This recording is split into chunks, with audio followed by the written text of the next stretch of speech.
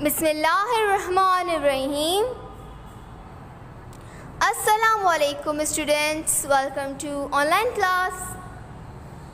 Dear students, today we are going to start our unit number 11, prayer, which is a poem.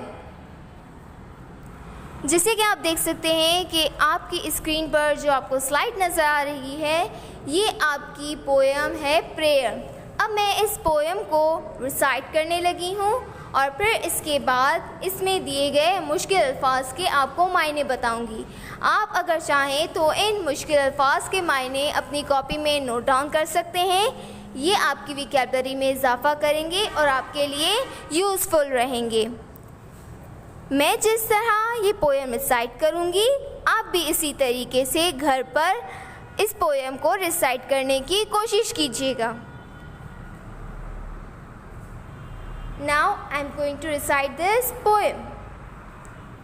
I know not by what methods were, but this I know God answers spare.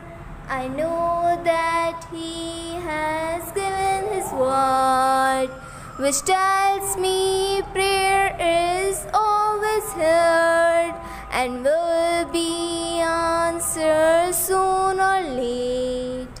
And so I pray and calmly wait.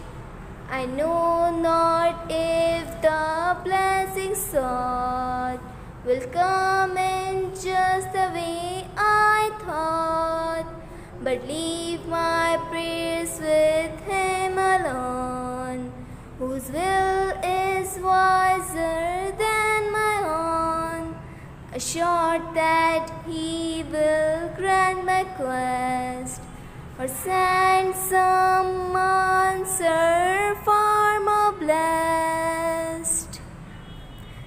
Dear students, ये poem यानी हमारी जो poem prayer है, ये लिखी है Eliza M हिकॉक ने। अब मैं आपको इनकी यानी जैसे मैंने आपको इससे कबल बताया था इस पोएम को रिसाइट करने से पहले कि इनकी मैं डिफ़िकल्ट वर्ड्स के आपको मीनिंग्स बताऊंगी। सो अभी आप रेडी रहिए, मैं इन वर्ड्स की आपको मीनिंग्स बताने लगी हूँ। पहला वर्ड हमारे पास आता है कामरी, यानी कि सुकून, पुरसुकून होना या सुकून में रहना। देन हमारे पास वर्ड आता है ब्लेसिंग। ब्लेसिंग कहते हैं नेमत को या बरकत को। वाइज़र यानी कि दानिशमंद या समझदार। अश्योर्ड यानी कि यकीन करना, यकीन दहानी कराना। ग्रेंट यानी कि अता करना या देना। क्वेस्ट कहेंगे यानी कि जुस्तजू, ख्वाहिश, दुआ। ब्लेस्ड कहेंगे यानी कि नेमत को, या हम इस तरीके से भी कह सकते हैं कि खुदा की अमान में देना या मुबारक। इस तमाम वर्ड्स के लिए कौन सा वर्ड इनके लिए कौन सा वर्ड यूज़ होगा? ब्लेस्ड का वर्ड। अब मैं आपको इस पूरी पोएम को स्टेंजा वाइज एक्सप्लेन करूँगी। पहला स्टेंजा है हमारे पास, I know not by what methods were, but this I know God answers where.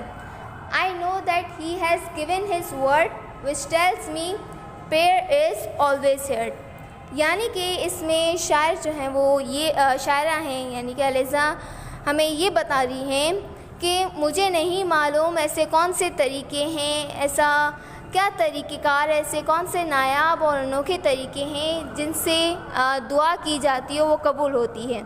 लेकिन मैं इतना ज़रूर जानती हूँ कि खुदा हमारी हर दुआ का जवाब ज़रूर देता है, यानी वो हमारी दुआओं को रद्द नहीं करता। ये बात उसने अपने कलाम के ज़रिए अपने बंदों तक पहुँचाई है। उसने हमें अपने कलाम के ज़रिए बताया है कि हर दुआ जो है वो कबूल की जाती है और उसके बारगाह में सुनी जाती है। यानी कि हमने भी ये अपने सुना होगा बड़ों से, हमारी जो सामी किताब है उनमें भी हमने पढ़ा है कि दुआ कभी भी रद्द नहीं होती, अल्लाह पाक की बारगाह में हमेशा कबूल होती है। लेकिन उनकी सूरतें अलग हो जाती हैं। इन दुआ यानी कि जब हमें ऐसा लगता है कि हमारी दुआ कबूल नहीं हुई या दुआ में किसी किस्म की ताख़ीर है, तो उनकी क्या 3 सूरतें निकलती हैं। एक सूरत तो ये होती है कि या तो वो दुआ हमारे लिए किसी मुसीबत को जो है टाल दी जाती है, यानी हम पर आई हुई कोई भी मुसीबत होती है वो इस दुआ की बदौलत टल जाती है, हम उस मुसीबत से बच जाते हैं। या फिर दूसरी सूरत ऐसी होती है कि वो दुआ कबूल कर ली जाती है, यानी अगर वो दुआ जो हम मांग रहे हैं अगर हमारे हक़ में बेहतर होती है और उसमें हमारी भलाई पोशीदा होती है तो वो दुआ कबूल हो जाती है। और तीसरी सूरत ये होती है कि अगर ना तो हमारी दुआ वो कबूल हुई और ना ही वो हमसे हमारे पर आने वाली किसी मुसीबत को उसने टाला, तो वो तीसरी सूरत ये होती है कि वो दुआ हमारे लिए आखिरत में ज़ख़ीरा करके रख दी जाती है, यानी कि रोज़े महशर वो तमाम दुआएं जो हमें लगता है कबूल नहीं हुई हैं वो हमारे नेक अमाल में शामिल हो जाएंगी।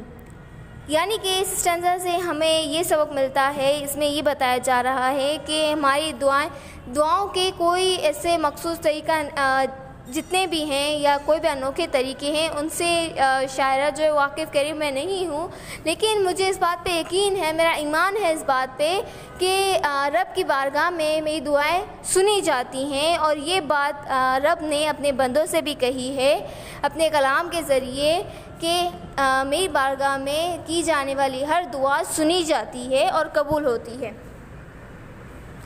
फिर हमारा स्टैंज़ा आता है, इसमें कह रहे हैं and will be answered soon or late, and so I pray and calmly wait. I know not if the blessing sought will come in just the way I thought. यानी कि इसमें ये बता रहे हैं कि यहाँ पर कि and will be answered soon or late, यानी कि जब हमारी दुआएं जो हैं वो अल्लाह पाक की बारगाह में पहुँचती हैं, वहाँ पर जाती हैं, तो उनका जवाब चाहे देर से मिले या जल्दी मिले। And so I pray and calmly wait, यानी कि उनकी मुझे कोई ऐसा इंतज़ार नहीं है कि उनका जवाब मुझे जल्दी मिल जाए या देर से मिले। मुझे यकीन है इस बात कि मेरी दुआएं मेरे रब की बारगाह में ज़रूर कबूल होंगी, ज़रूर सुनी जाएंगी। इसीलिए मैं दुआ करती रहती हूँ या दुआ करता रहता हूँ और मैं बड़े ही पुरसुकून रहते हुए इंतज़ार कर रहा हूँ कि कब मेरी ये दुआएं कबूल हों, चाहे देर से हों या जल्दी हो जाएं। लेकिन क्योंकि मेरा इस बात पर ईमान है कि मेरा रब मेरी दुआएं ज़रूर सुनेगा, मुझे ज़रूर जवाब देगा, मेरी दुआएं ज़रूर बनाएंगी, तो इसीलिए मैं बड़ा ही पुरसुकून हूँ। आई know not if the blessing sort, मुझे नहीं पता कि नेमत और बरकत की तलब किस तरह की जाए या उसे किस तरह हासिल किया जाए, वो हमें कैसे मिले। लेकिन मुझे इस बात का यकीन है कि जिस तरह मैंने सोचा है मुझ पर खुदा का फजल इस तरीके से होगा। मुझे इस बात पर ईमान है, मुझे इस बात पर यकीन है। But leave my prayers with him alone, whose will is wiser than my own. Assured that he will grant my quest or send some answer far more blessed. यानी कि यहाँ पर इस स्टैंज़ा में जो शायरा हैं वो ये कह रही हैं कि मैंने अपनी दुआएं मैंने अपने मालिक के सुपर्द कर दी हैं जो कि हर मामलात का बेहतर जानने वाला है, और मुझे यकीन है कि वो मेरी दुआएं ज़रूर सुनेगा, मेरी दुआएं मेरी जस्तजू जो है वो ज़रूर बर आएगी, और मेरी जो दुआएं हैं इसका जवाब देर से ही सही पर मुझे इसका जवाब नेमत में या बरकत की सूरत में ज़रूर मिलेगा। यानी कि वो ये कह रही हैं कि मैंने अपनी दुआएं, क्योंकि मेरा यकीन है, मेरा कामिल यकीन है, मेरा ईमान है इस बात पर कि मेरा रब मेरी दुआएं ज़रूर सुनेगा, तो इसीलिए भाई मैंने अपनी दुआएं जो है अपने रब के सुपुर्द कर दी हैं। अब मुझे किसी की कोई फ़िक्र नहीं, अब मुझे यकीन है कि जो मेरी दुआएं हैं इसका जवाब देर से ही सही लेकिन मुझे किसी नेमत के बरकत की सूरत में ज़रूर नसीब होगा। और यहाँ पर इसी पोएम का एंड होता है। यहाँ पर हमने जो पोएम प्रेयर थी इसमें हमने क्या सीखा, हमें क्या सबक मिला कि हम जो दुआएं करते हैं तो हमें एक कामिल यकीन के साथ, एक मुकम्मल यकीन के साथ दुआ मांगनी चाहिए। यानी कि जब हम दुआ करें तो हमारे दिल में, हमारे ज़हन में किसी किस्म का कोई वसवसा नहीं होना चाहिए कि हमारी दुआ कबूल नहीं होगी, ऐसा होगा या वैसा हो जाएगा, अल्लाह पाक हमारी दुआएं नहीं सुनते, हमें अता नहीं करते। इस तरह की हमें नेगेटिव थॉट्स को अपने जहन में नहीं लाना चाहिए। हमेशा पॉजिटिव सोचना चाहिए और पॉजिटिव नज़रिया रखना चाहिए। हमें अपनी दुआओं, अगर हम रब से अपनी दुआ करते हैं, रब से मांग रहे हैं, तो हमें मुकम्मल यकीन के साथ मांगना चाहिए। और इंशाअल्लाह जब हम हमारा ईमान मजबूत होगा हमारी दुआओं पर, हमारे रब पर, तो हम ज़रूर कामयाब होंगे। और बेशक जब अल्लाह पाक ने अपने बंदों से कह दिया है अपने कलाम के ज़रिए कि वो हमारी दुआएं ज़रूर सुनता है, हमारी दुआएं रद्द नहीं होती उसकी बारगाह में, तो बेशक ऐसा ही है।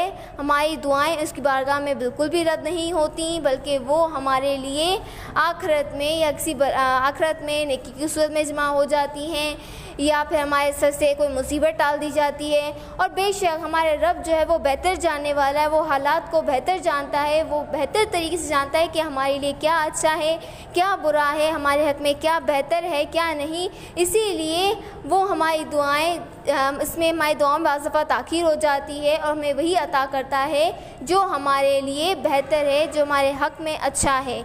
यानी कि हमारा रब हमें हमेशा बेहतरीन से ही नवाजता है, क्योंकि वो जानता है हमारे लिए क्या बेहतर है और क्या नहीं।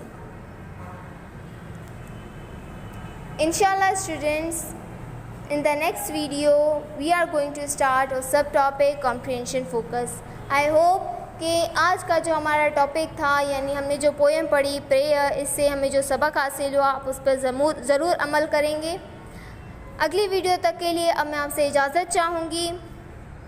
Thank you students, stay healthy and safe. अल्लाह हाफ़िज़।